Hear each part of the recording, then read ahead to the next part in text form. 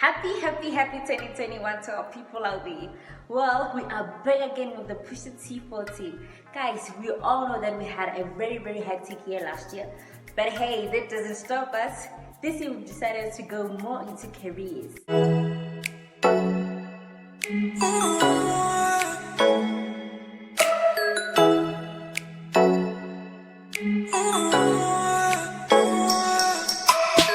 Before the end of 2020, we were granted an opportunity to meet one of our local doctors just to take us through his journey within his environment. Check out the following video.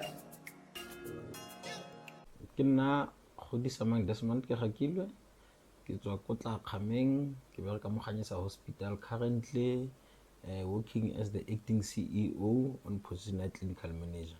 I never imagined being a doctor. I remember even to a point where when I was given the money to go and apply for the universities, I didn't send that form through because I didn't want to go to the university. I wanted to go to the technical. And people always told me to say, you'll be a doctor and whatever. You know, people, they'll be funny on how you write, how you do things. They'll say, no, you're a doctor. But I said, no. That does not mean when you do maths and science, you can be a doctor. There are other things. So I wanted to go. Actually, I wanted mechanical engineer because I wanted to be a, what they call it, mechanical designer. Because I asked myself, how do aeroplanes fly? And I wanted to be in that field. But unfortunately, I couldn't manage. I started as intern in Mafikeng. Then I came home. There's a story that I always tell people to say, the first time I saw the doctor, it was in Ganyesa Hospital. And by then I was 19 years. When I first saw the doctor with my eyes, I've just heard people talk about the doctor, but I never been to a doctor before the age of 19. So I knew that there were many more people that they never saw the doctor, not that doctor talking to the doctor or whatever. So I realized to say that, you know, sometimes we see people coming from outside and why can't we do it ourselves? So I wanted to work at home so that I can help my own people. So that's how I came in 2005. And it was not easy by then. There were a lot of challenges on how people are seeking health, and the challenges being a doctor and also to work at home, you know, and you know, always my mother will tell me that, hey, mang I don't discuss my work because I knew it was going to be the challenge to say, no, I don't discuss that. If those people want that, they must talk to me. So there are always this challenge to say, how do you work with your own relatives and your own friends and even your own schoolmates at another level? So it's a bit challenging on its own, but also the other part of challenge is the systematic part, which they send me. I've started asking a lot of questions instead of focusing in patient care. And then I started asking why we don't have the 1, 2, 3, 4. And the only issue is that is because you are at the periphery or whatever, or that was my analysis. And then I said that, but now people in rural area as much as people in urban area, they deserve the same quality health care. So I also started then being talkative, asking questions, advocating for rural health because of the challenges. So one thing that we can do, or what a lot of people have been doing, and I think I might still do that, is to run away. You come to work in rural area, in the peripheries, it's not easy. The best way is that you cannot, if you cannot take it, then go to the city, where you know that you'll be seeing your patient that is, or the private patient, which they come, they give you money that you want, that's your deal, they understand what they want and they actually demand it, and they leave. And that's one of other things that we can see in our disadvantaged population where there are district hospital. Most people that are working there are not South African. It's because of the challenges that you face as the doctor, and it's not easy to hold up to them. And if you decide to solve them, you might find yourself now having to manage them. People bring those challenges to you and you don't necessarily have the answers to them. But yeah, there are a lot of difficulties, there are a lot of obstacles. And the other obstacle, the third one, is the family. We all have to grow. So you now want to marry, you want to have children, so they say, Daddy, why are we here in Tlakamen? And where do we go to school to? So the infrastructure part of, it affects your family, it affects your life. Because now, even if when you get your wife, you cannot easily go to the mall, you cannot go out. You cannot say, let's go for game drive or whatever, So it's another challenging part on itself. And sometimes you have to sacrifice those kind of things. Because people, they'll ask you, are you sure you don't want to come this side? Are you sure about the kids? And it's not, by then it's not only you. It also involves the family and your offsprings. So it's not an easy decision. So that's why sometimes one has to understand if a person say, no, I cannot work where I come from because I want a better future for my kids. But I always have the philosophy to say that if my kids grow up in a healthy, with a population, with people that are compassionate and whatever, they will survive. They don't need all the wealth to can survive, which is not easy decision one can make. So those are among other challenges that you'll find yourself have to face if you want to work in rural areas and where you come from. One of the things that I've always said to the colleagues is that, firstly, I want our system to be as universal as possible. Universal meaning that if my friend is sick, or if I'm sick, or my mother is sick, they must get the best quality help, with or without me. So that is universal health. I mean universal health in that sense, to say that if my family comes, you come here, you are my friend, you don't have to call me. The system where we work, it must be of quality, that you appreciate it. So we must do that for everybody. So our vision and our intensive as a team has always been, although some people, they don't buy it, we keep on changing. But our vision, it has always been to say, my vision, it has always been to say that let's treat everybody equally, independent of who they are. So that I don't have to come and defend my own relatives. They must just tell me, I was at the hospital, I consulted, that's it. If they see me, they can see me, but not necessarily to come to me. So it's one of the challenges, but we are not yet there. So there are those things that are come up. Friends will call to say, I was in the hospital and whatever, but that is the vision. So some of them will also say, let's work together to improve the system. So it's on how we create the good system so that it can assist us. And in terms of the family, it's sometimes also becoming difficult because they'll obviously consult. I mean, family members will hear to say that, no, I've been to Dr. Mama, the question is that why didn't ask that doctor? Because you didn't consult me. And I cannot, talk bad about the other doctor if that doctor didn't do what I think is right. So it's a very difficult thing where people consult you after consulting other doctors, because they even forget to say that those doctors are the colleagues. I mean, I used to fight with my mother because she'll say, no, I went to this doctor, he wants so much, or this pharmacy, they want so much. And I say, but I mean, you take medical aid, you go and give to my colleagues, and you want me to now take money out of my pocket and give it to them. And you didn't tell me. So people, they would not understand. So they even forget that you're a doctor. But yeah, I mean, it will be very difficult sometimes for them to can freely consult with me. But sometimes you ask yourself, why? At least I didn't know. So it's even our culture, it's sometimes difficult and sometimes challenging because they see that, no, it's just one of our own. So if you consult and the doctor is someone who comes from somewhere with particular characteristics, it cannot be you. Even if they find you there, they don't see you as a doctor, they see you as a village lad. The need, what I know is that having walked around in PHC, I know people that need most and they don't get. That is the first thing. The second part is that people in rural areas, the uninsured population, they cannot afford private care. So opening a surgery in the village like this, really for me, it cannot be correct because of majority of the population here they are uninsured. So if I go private, it means that you'll have to pay me for my services. I would not want to compromise the service because of you might have the challenges of paying me. So I would rather then help and then the state pay me. So I always tell my friends to say that if I want to go to private, I will not go to private in a village where the population is uninsured, unless that population rich enough to can pay me, because my service will become very expensive. But one of the things that I can say is that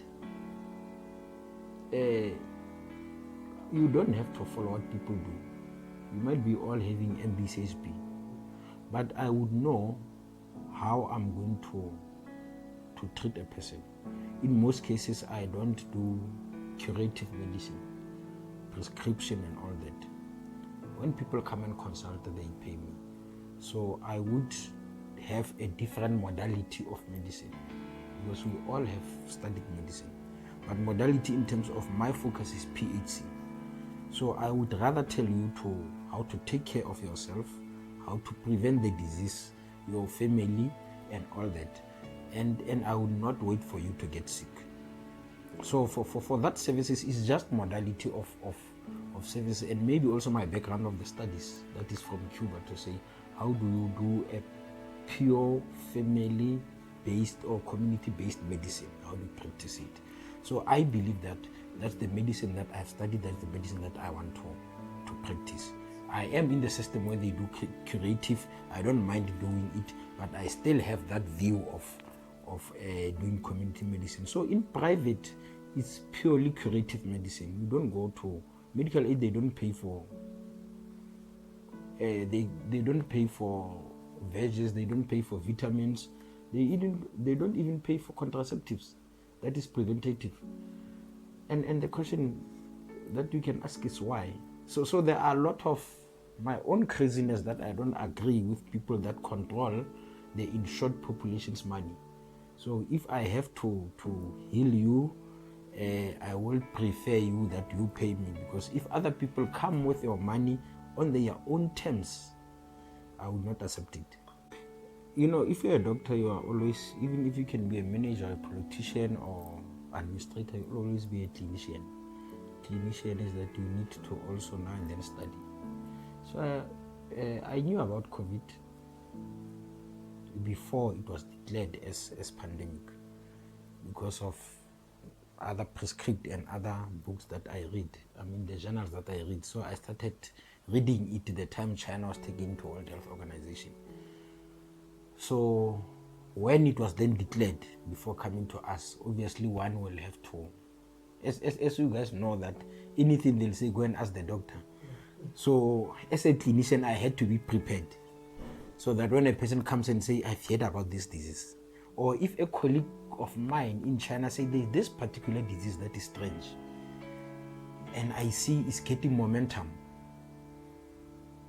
I must also be prepared, whether it's declared as pandemic or not. I must be prepared to suspect it in the individual, so that you're prepared emotionally and technically, because you'll need information for a technical response, so that you can prepare yourself. So I obviously, as a clinician, knew about the disease, and obviously how the disease transmitted and whatever. As the doctor, you always have to know, so that people they'll come and ask you. Even the lawmakers, they ask the doctors to say what is this disease, what do you do about it. So now when the first case was declared in South Africa, now it was the issue of public health issue. How do we deal it in the country? How do we deal with the pandemic in the country? So I obviously then have to follow the prescripts of the country to say the preparedness. And also as the administrator now of the institution, I have to say how prepared we are. And I called the team. We had a meeting just before lockdown was even talked about, and I explained to them that now there's this disease, and in between there's this disease and this population of Karusano Molopo, and in between the only people that can make people of Karusano Molopo safe is staff of Hadisa Hospital. That is the last thing that we try to communicate to our staff members, to say no matter what, we are in between. There's this picture where people are pushing the virus down and people are holding it up. The healthcare workers are holding it up and the communities down there. So that is the typical picture to say when there is a public health crisis, that's where the healthcare workers find themselves. And you have to be mentally prepared to be there to fight that battle. So we had to call our team and say, here's the battle that is coming. If we let it come, there are people down there. It's going to eliminate them. So it's our choice. Whether we prepare ourselves to fight it with or without what PPEs and whatever. I remember my first colleague, they used to take, before the mask come in, I saw a colleague from Eastern Cape who 2 liters, they cut it and then they put a strapping in it. That's how the idea of the mask came in. Because the virus was there and no one knew on how to protect themselves. So it was not that popular. So people have to move very fast, and people that were moving very fast with innovative ideas, they were the doctors. So, we had to be prepared and fight. And as the leading clinician, as the doctors, we had to really fight. But luckily, I'll say we have managed, because one of the things that I told people to say that, remember, for whatever comes in the Northwest, we are referring patients to Klerksdorp, to Mafikeng, to Bara. But now, Klerksdorp was already full. They were getting cases. And I had to tell them to say, Klerksdorp, they are going to say, we don't have space for you. So it's us. It will be with us. It will be us with our community, with the virus. And we might not be able to pass Freiburg because Freiburg is full. We'll be taking the patient. So we have also to be prepared to can see what we can do here. I mean, there was no space in the hospital, but we have to move around to say, what if this thing happened? What are we going to do? So we had to go around the hospital and say we will have to be innovative for the worst, because what we see, what was happening by then in Spain and in Italy, you could say the worst was coming. So we were waiting for that, but we were on the front line. So it was not easy. I think we've always been mentally prepared as the institution. There were, of course, some challenges where people will come and distracted and ask difficult, impossible questions, and other misleading each other, and all other media, fake news, and all those issues. So we now and then had to call the staff members, because remember that in our staff there are people that are non-clinical, that are general workers, administrators, HR practitioners, So we also had to tell them to say that, look, this is what is happening. And also, we had to also make sure that their families are safe. I mean, I had to take, when lockdown was happening, my kids were around. And when I come and my child asked me, Daddy, why you are always in the room? And then the other one told me, no, maybe he's afraid he does not want to give us corona. So that was the issue. And we also had to say, when I knock off, after having admitted our first patient admission, there were that discrimination, people didn't know what to do. But after that, I have to go home. And the question is that all other people that are dying, the healthcare workers, they were protected, they were protecting themselves, but they managed to contract the virus. I end up going to court and asking the court to give me the permit to transport the children to Pretoria, because I said, I signed the oath, I can die, it's fine, but not my children. Because I could conduct corona here, but contacting here, go and give it to the children. If I can put them in a safer place, it's better. So that's why the real challenges and mental fatigue that came to the healthcare workers. Because I remember I was talking to the other nurse, and then I say, how do you deal with it? And then he say, you know, when I arrive at home, I use the back door. I undress, go to the shower, take these clothes, put in the basket. Now I can go in and see the kids. So it's other doctors, they were saying that they were living alone, or they were just say, these kids, they don't use this vehicle, I'll only use it alone. And even after that, you don't know, because the virus was new, you don't know what will happen. There were the issue of to say, is it transmitted through saliva? Is it airborne? All those questions were coming in. And we were there not knowing what to do. So yeah, it was not easy, but the mental preparedness and obviously the fatigue of that mental preparedness and the battle is also kicking in. So we are to a certain extent traumatized and tired, irritable, but I guess we don't have a choice, we just have to go on. What really covered, remember that one of the mental illness, one of the mental strength that you must acquire is to say, if I don't have a pen, I'll use a call to write. So it does not mean you are ready, because people, they say to be ready you need a pen. But for us, the important thing was that we must not die while fighting this thing. So we might not have the sword or the gun, but we might use a wood to So lot of people, they say, what is meant by readiness? Readiness, you must have that cloth like people that are walks in the moon and all that for everybody that enters the gate. To say when you come in this corona, you must give you all these boots and all that. Is that state of readiness? That one can say is ultimate readiness. But now if I say I don't have anything, but you can take a plastic and you must not enter here, I'll talk to you through the window. Other people, they'll say that is not readiness. But for me, that would be the battle or the tools that I'll use to fight the battle. And for me, then now when I'm doing that, I must not see it as a secondary citizen. I must not, because I'm using the wood to fight, I'm saying no, I'm not ready, because now it means mentally I'll be weak. I must say I'm using the wood, and this wood I'm going to win with it to fight the battle that is in front of me. So that if I kill you with the wood while you are having the gun. For me, I'm not a virologist. After a doctor, you can be a virologist or immunologist. But one thing that when corona came in, there have been lots of coronaviruses. It existed. I studied with it at school. But there are other viruses. I mean, when retroviral, HIV is another type of virus. It's not coronavirus, but it's retroviral. It's retrovirus. So when it came in, people never thought that there'd be other type of virus. After HIV, what came in, it was Ebola. Ebola, they are called hemorrhagic virus. There are other similar viruses like dengue and whatever. So Ebola, you die now or within few days, and also it was new. And before this corona, there were corona that it was a Middle East, they call it SARS-1, because now this one they call it MERS. Mild is Middle East Respiratory Syndrome. This one is SARS. So it's a bit severe. So we don't know what will happen. Remember, the viruses, they are also alive and they also keep on multiplying. They also, multiplying themselves.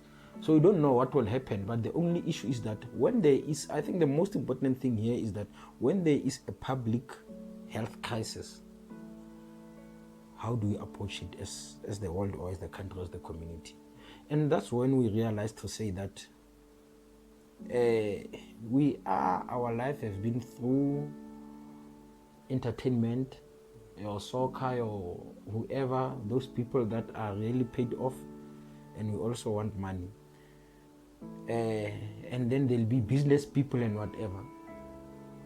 And there'll be researchers and educators and all that. But now when it comes to public health, when it's in crisis, no one can come up. The only people that must come out is healthcare workers. Unlike when this economic crisis, everybody came up. I mean, there was that economic downfall, everybody can fight to say that we'll pick it up. But if in this case of public health crisis, it's only healthcare workers that must come to the fore. So we don't know what will happen, but it will depend on how the public health system is prepared to can fight whatever will come, or eventuality that will come. Like HIV, I think everybody's, there's this say HIV, we are either infected or affected, or both. So with corona, some of us the same. We were affected, seeing friends, family members getting sick, and they'll obviously call you, they'll obviously say, what do we do?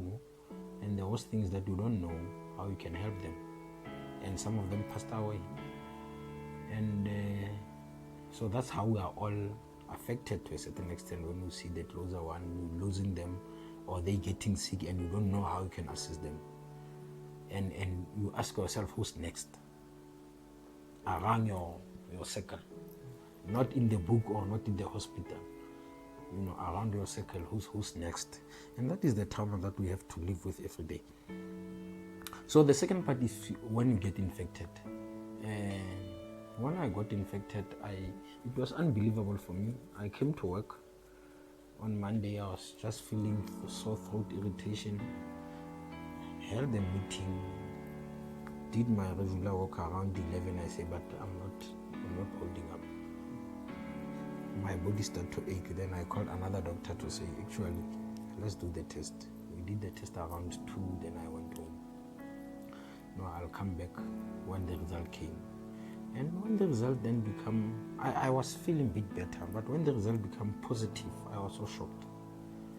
And I had a body pain that I thought it was flu, because remember that we doctors, we usually explain the disease the way we think we know it. But we have, to a certain extent, emotionally, I usually tell people to say that I have delivered, because emotionally, if you are with a person continuously in that pain, you end up understanding exactly what does it feel, how does it feel. So, but it will always, your own experience, it will always be different. So, I was even afraid to sleep because of the pains that I had. It's like you are getting tired to breathe, and you are afraid to say, if I sleep, I might stop breathing. And it's all the experience and the shock, and that's when you see now everybody around you becoming a doctor, in the sense that they'll tell you what to do and how to do it, and giving prescription, and others will ask them, but how does this work? They have no clue, but they want to, So that's the kind of reaction you'll see, and you start learning. So it's not a good experience, but it's a learning curve. The only thing is that you don't know whether you'll survive it or not. So luckily I managed to survive, just a bit forgetful nowadays, but I hope it's not coronavirus related. There are, of course, people that they have that passion, and you'll never know once you are in there. And we know that we'll always have doctors anyway. So what people must do is to say, once you become a doctor, it's not only you, it's your community, it's your family. As I've explained, to say that even your future family must be able to explain. Your kids will be, to a certain extent, you will carry a disease from the hospital and then you come and give your family. So it's not only about you. It will also, you need mental strength. It really takes mental strength. Sometimes people, they'll talk about doctors and whatever. It's not easy to study medicine. I've recently, I think in 2015 or 18, they say that it's official that the difficult career is a degree in medicine and surgery, because of the book that you read. So people, they must go in there not thinking that because Adisa is from Tlakameng, he can be the doctor, I can also be a doctor. You must know to say that if you want to be a doctor, you need to be strong mentally, because the colleagues, the book, the teachers, they'll break you down. And the studies itself, they'll break you down, but you'll have to stand up and fight. So that one is not an easy thing. So that's why sometimes people, they don't understand when the doctors are arrogant, which I don't promote and agree with it. I don't agree with it. But it's not easy. You must know that you'll be destroyed. So you need mental strength, you need support, you need as much as you can. And your family needs to be there and understand it. And even people, they get breakdown. I can tell you now to say that people that are most committing suicide among the professionals, it's within the career, is the doctors. Within the doctors, there are other categories, but among the professional, professionals, say accountant, lawyers, teachers, the doctors are mostly committing suicide, because sometimes everybody will send you to the doctor whenever if the human being part stuck, the biological part of the human being stuck, be sent to the doctor, but the doctor does not know where to go to. Cuba has its own extra challenges, because remember that I grew up in Tlakameng, struggling with my English, now going to class, being taught Spanish for 6 months, and then from there you go to medical school, biochem. My first class was around September in biochem, and the teacher is speaking Spanish and people are busy taking notes, and this person is speaking fluently Spanish, and then when you ask, they say, no, I don't teach English, and they speak in Spanish. So you need there, it needed extraordinary character that I don't know why we got it, some of us, but only 50% managed to do it from first year. But I mean, all the books, everything around you is in Spanish, and you're expected to pass. And with this difficulty of medicine, because they didn't say no, because you speak, you are from English country, now it's in Spanish, will make it easy for you. They were telling us rightly to say that I'm not English teacher, I'm here to teach medicine, and I teach medicine in Spanish. So whether you know Spanish or not, but you must know medicine. So we had to say, how do we get out of this? So some guys, they left. And also the cultural shock where we were living, because it was in Cuba where you live with Latins and all other people from country. The diet is not the same, the weather is not the same, so many things that it was a cultural shock and social shock. And now academically we are challenged to say, I mean, we tried the records, the class of 2 hours will take 6 hours trying to fast forward and trying to write notes, which didn't work. So you're trying everything that was possible. So yeah, so that was completely other issue. And coming back to South Africa again, having studied in Cuba, it was another issue to say, now I've been studying Spanish, I come to South Africa with the advanced technology that they have in South Africa compared to Cuba. Now I had to now translate all the Spanish medical terminology that I know back to English. And when I'm translating back, there's no one who's teaching me. I'm expected to say, you are doing 6 year. So 6 year, first week of January, you'll be in a Steve Biko Academic Hospital. You'll be doing rotation in surgery. So I go there. Now they'll say, go and clerk the patient. So the last time I clerked the patient, it was in Cuba, talking Spanish, terminology of Spanish. Now I have to clerk someone who's speaking Afrikaans or Xhosa. I struggle from medical terminology of Spanish going to English, with this person also struggling from Zulu, all those issues. So they had its own challenges, but we also had to overcome. And the funny part is that people, they'll say, why now people goes to Cuba? But remember that most of us went there because, not for me per se, because I've said I was not interested, but I knew my colleagues that wanted to study medicine. They were told that they were not fit to study medicine in South Africa because of their result. But they went to study in an extraordinary circumstances, and they made it.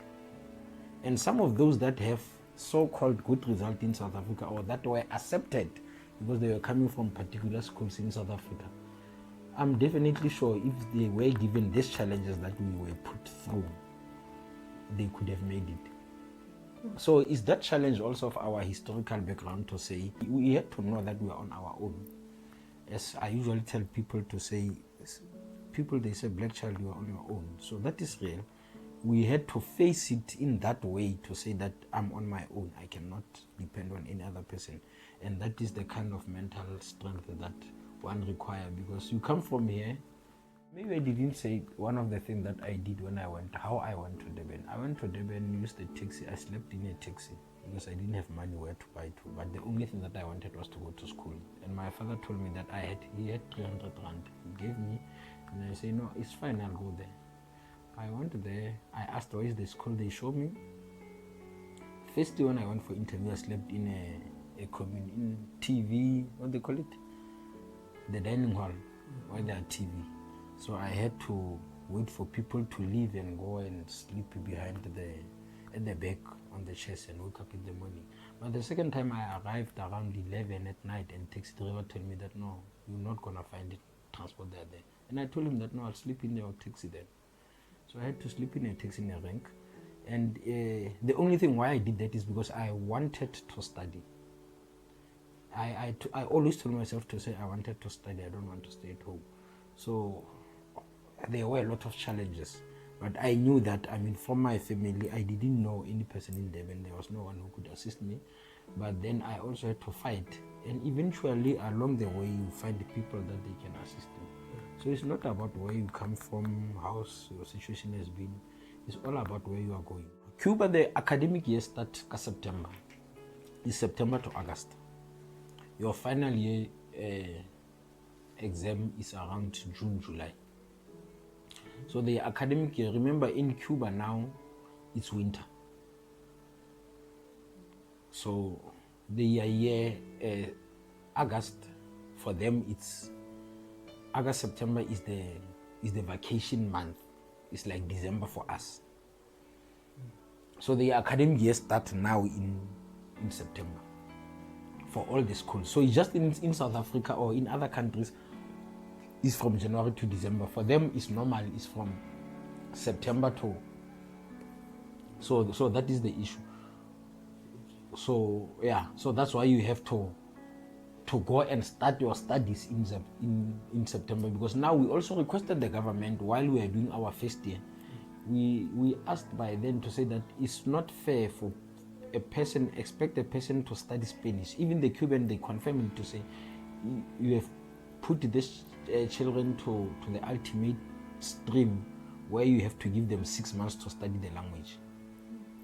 So now the approach is that they must at least start in September so that they can finish next year September. So they do a year of Spanish so that when they are going to class for medicine, they are better prepared. It was not easy. Others end up having depression, others end up drinking to come nice, and you cannot even assist a colleague because you are also in trouble. You have to find your own way of surviving.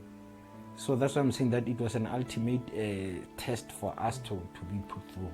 To go to Cuba, they advertise. There'll be advert, and then in the Department of Health, which I know most provinces now they have stopped because of the numbers and the spaces in South Africa. But I'm not sure whether like next year it will come. They'll manage to, but I know now they have decreased how they were increasing their intake. They've decreased the numbers. So it's always about to say if there are information. Now, I mean, there's Facebook, WhatsApp, all that social media issue is much easier, unlike our time. The technology, I think it's even easier to study. I mean, for me, we couldn't Google. We had to use the computer. By then it was only to study on how to type, and you cannot go to computer and Google. We only depend on the notes and on the books. So obviously the studies was even more harder than it is today. I mean, I had to buy literally a dictionary, but now you might not need a dictionary if you have the phone. But by then the phone, it was not even something in our reach. I love animals, I love farming. So I'm still believe I'll once see myself being a farmer. I thought that by this year I'll be doing medicine partially in full-time farming, but I've not yet there. And of course the issue of land is one that is obstructing us from reaching our goals. But I think if I'll have to leave medicine, I'll be doing farming. Any other issue, I would like to go and explore others, but I think I'm too old to can start law. Firstly, it does not matter where you come from. Secondly, there are a lot of obstacles out there. Amongst them is because of where you come from. It comes sometimes, or in most instances, as an obstacle, because you'll be told because of your background, because of your history, you cannot make it. So you need to overcome that and develop very strong mental health. to have the will to say, I'm going to do it, I can do it. And when you do that, you don't have to be strict to yourself. People, they forget this thing to say, whatever you do, you must also forget that you have the family, you have friends, and you must have fun. Because even if you are focused, you must have fun, because you need to play, you need to study, you need to develop. So I think that is the most important thing that people should understand. But they should never forget this one, to say that if you decide to go on, you must know that you are on your own. No one will ever say that because you decide to go on, I'll assist you. They might come along the way, but be prepared to say that I'm on my own, I'm going to do it, and then do it. Oh wow, I hope you guys enjoyed the video as much as I did, and please don't forget to share. If you have questions, please leave your comment, and again, please don't forget to subscribe to our channel. Pusha Tifo will be back with more.